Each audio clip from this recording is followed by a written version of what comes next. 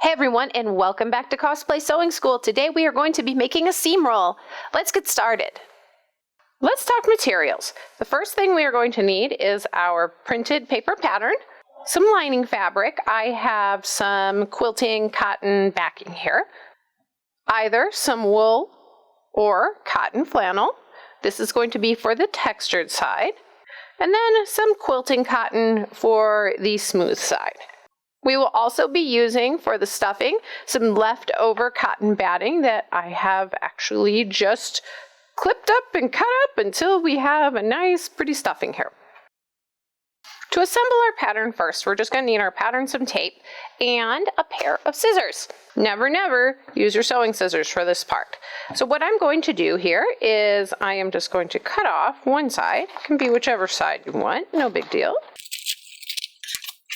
And then I am just going to align these two pattern pieces, and it's just going to look like a giant pill-shaped pattern. Tape it together.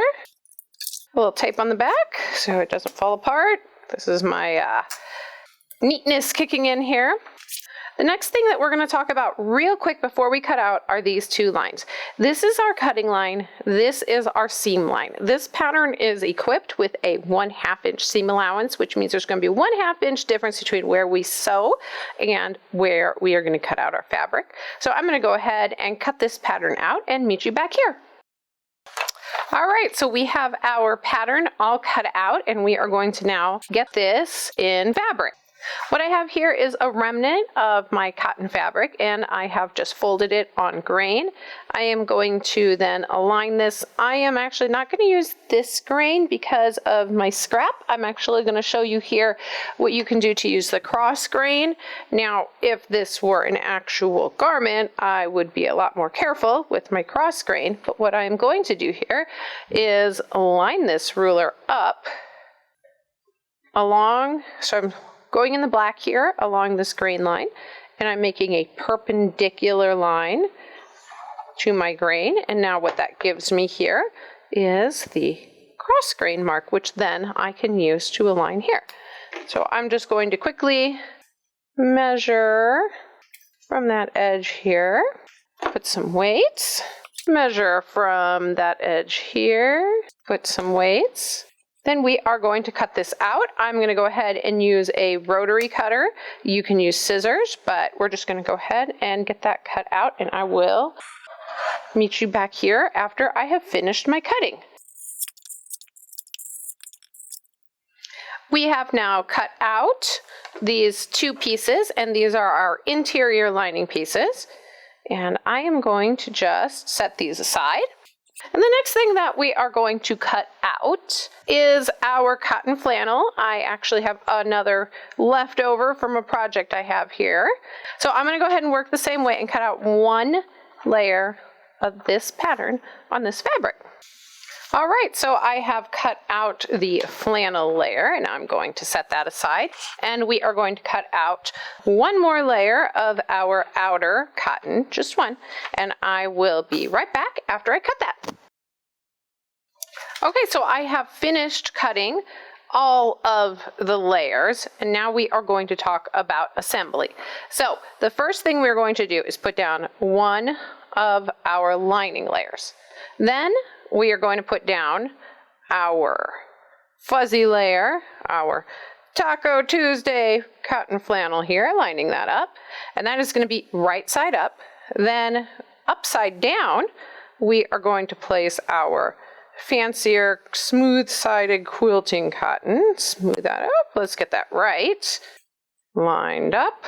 And then the last thing we are going to do is put on our last lining layer, and then we are going to pin this up. And I have said this in other videos, but the way I like to pin is from the outside like this, because then what's happening here is no matter which side we put this fabric into the sewing machine, whether it's from this side or from this side, those pins are sticking to the outside. And when those pins are sticking to the outside, they become much easier to grab so we don't run over them. And what I'm also going to do here is put a little mark where I am going to leave open. So I'm just going to mark this here. I'm marking this with a purple just so you can see. And so this will be about how much I leave open to turn this right side out. I always mark mine because otherwise sometimes I forget. Some people use different methods, but that's how I do it. And I am just going to finish pinning this up, and then we will be heading back over to the sewing machine to sew a 1/2 inch seam.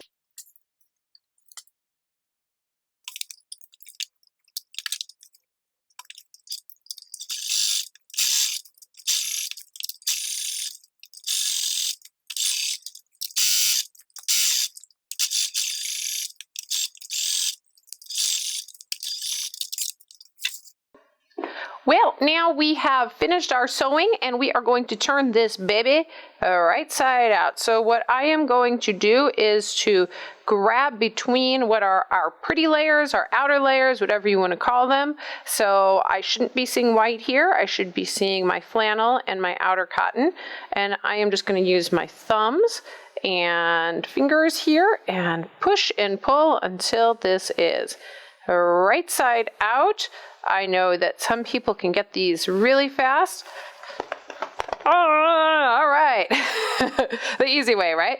And get it mostly right side out. Now we want to go ahead and push that really good. So I have a ballpoint pen that is closed. It's clicked closed, one of the retractable ones.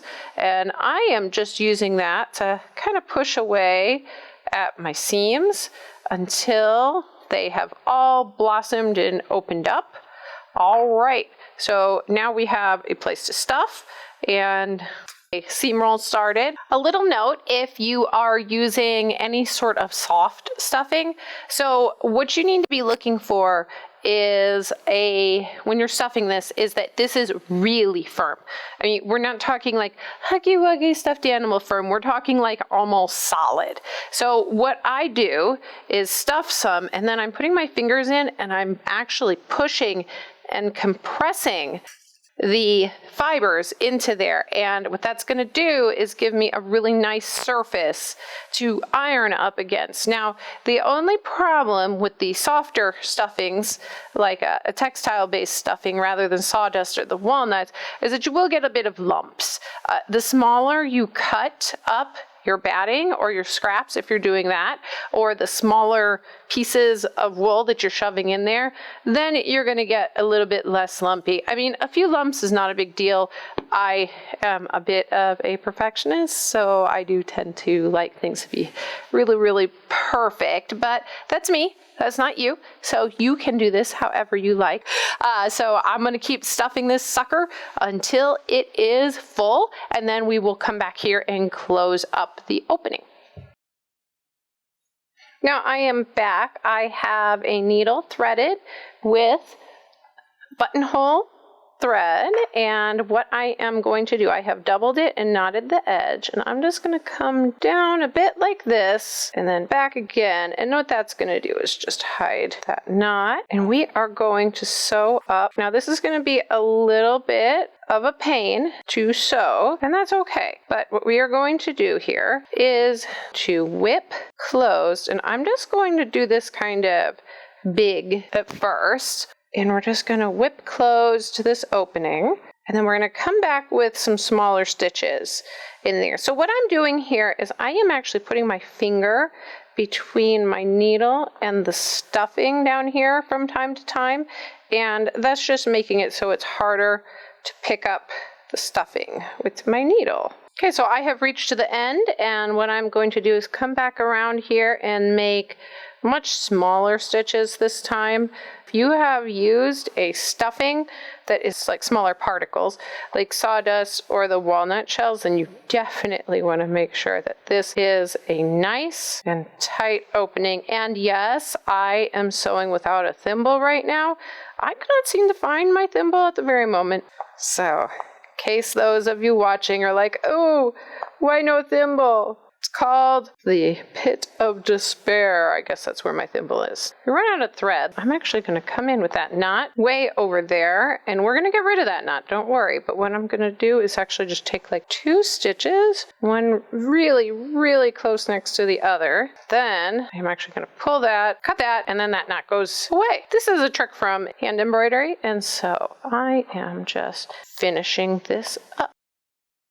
Thanks so much for watching. I hope you enjoyed the making of this seam roll. If you would like to have one for you, the pattern is in the description down below. It is a pay what you want pattern, and any donations are appreciated and help towards things like additional camera equipment and more time to make more classes for you right here. And you can find me at my socials at Cosplay Sewing School and on my website at www.cosplaysewing.school.com. You can also subscribe and like my channel here on the YouTube, and you can get a lot more information and see all the next videos when you hit that bell. So be back next time with me, where we will be making a, what are we making next time? Oh yeah, a boob ham. I know it sounds weird, right? But it's basically a pressing tool that is in the shape of a cup. So if you make bras or corsets, you definitely want to check out that video. And also don't forget that I have a tailor's ham available as well, and that video will be linked in the comments below too. So thank you again, and I hope to see you back here next time at Cosplay Sewing School. Bye!